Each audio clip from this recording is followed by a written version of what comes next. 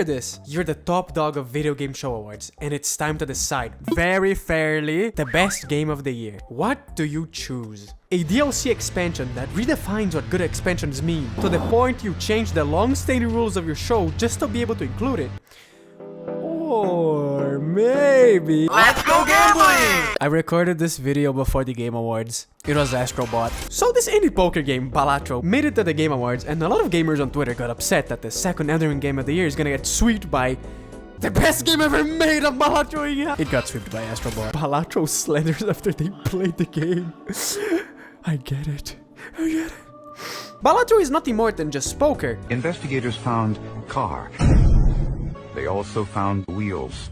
But the only thing you'll actually bet when playing Balatro is your productivity. This game is the formula to addiction. I'm not kidding. You'll plan yourself to play for like 30 minutes. Bora jogar Balatrinho, guys. Jogar Balatrinho. And by the end of the allotted time, you'll wake up in a rehabilitation center. You'll follow the same rules as regular poker, except with the cherry on top. The secret sauce, the garnish of rogue-like element. After every round you win in Balatro, you get to visit the shop, where you get to spend your hard-earned, totally legitimate money that does not need to go to your son's tuition. You can get cards with different effects, strengthen hands with tarot cards and planet cards that also confirms that all straight people come from Saturn, but mostly in the form of jokers.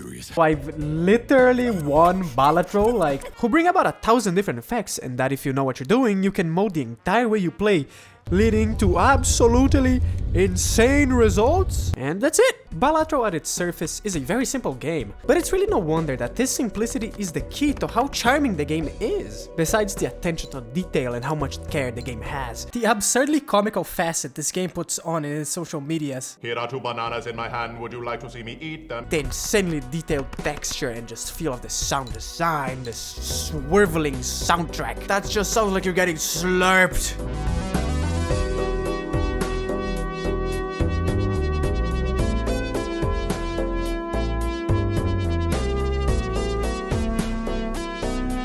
Everything about this game just radiates so much personality, plus it's actually mechanically deep and well balanced.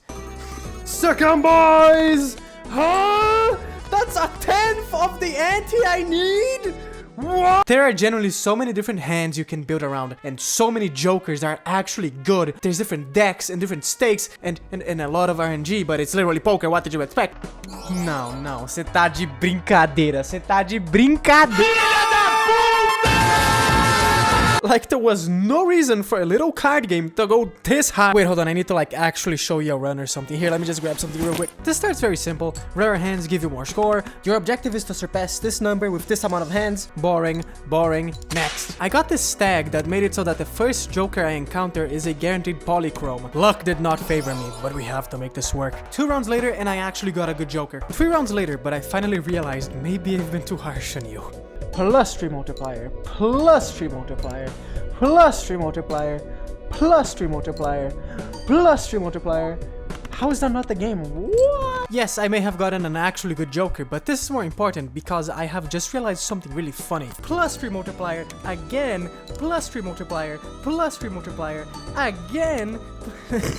I should probably explain the build a little. The idea is I have this joker that allows me to create a dupe of the first card I play in a round, and I have this other joker that gets upgraded every time a new card is added to my deck. Other than that, I have this not that great joker that basically decided that I was only going to play hearts for the entirety of my run, only because it had the polychrome buff and I didn't want to get rid of it. This is 3 out of 150 jokers out of the 1 run I did to use as an example in this video, that can also come in more than 4 different variants that add different buffs and effects to it. And this is another indie game that was made by 1 developer. This is the kind of shit that inspires a guy. Scream if you love Balatro.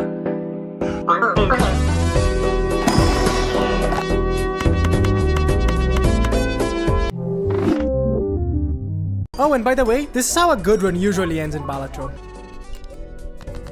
I didn't look at the bloody ante, there's nothing I can fucking do. That's right, after every 3 rounds you have to fight a boss blind with a special debuff that more often than not can stop your runs like hitting a brick wall at 150 miles per hour.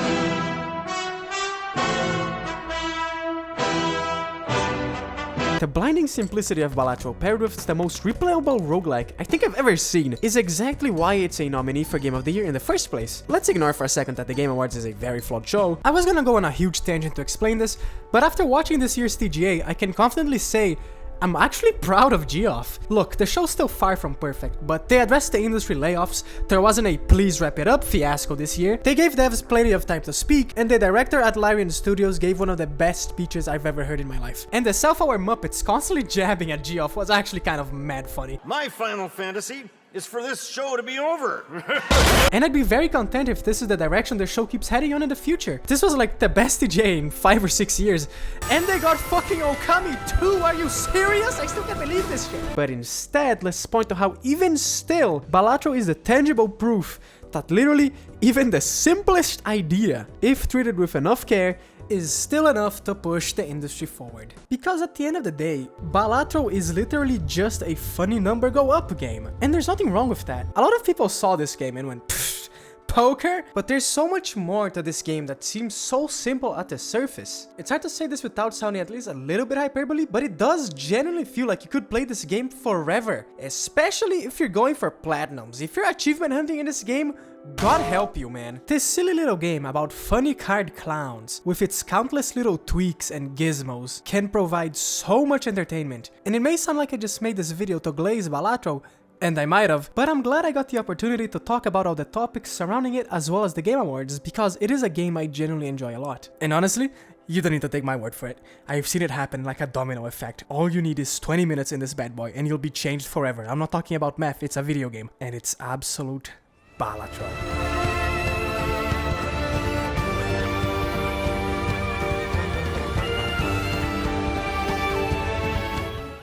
Now, don't get this as a jab at deeper games, because I am literally the #1 defender of beautiful artsy video games, but it's still awesome to see a game that's just poker with a fun twist standing at the absolute top of this year's titans, and deservedly so, because unlike Stellar Blade, Balatro can actually give me a bone. Anyways, thanks for watching this quick video I hurriedly put together before the TGA. I've been sitting on it for a while. If you're one of the like 2 people who knew about my channel beforehand, I've disappeared because I'm working on just huge projects that I'm very excited for, and if everything goes well, you should be hearing more from me soon. And well, let's just say, if you like long videos on game experiences and video essays, you might want to subscribe, you know what I'm saying? As always, I've been your host tonight, and I hope to see you again soon with a video hopefully longer than 7 minutes.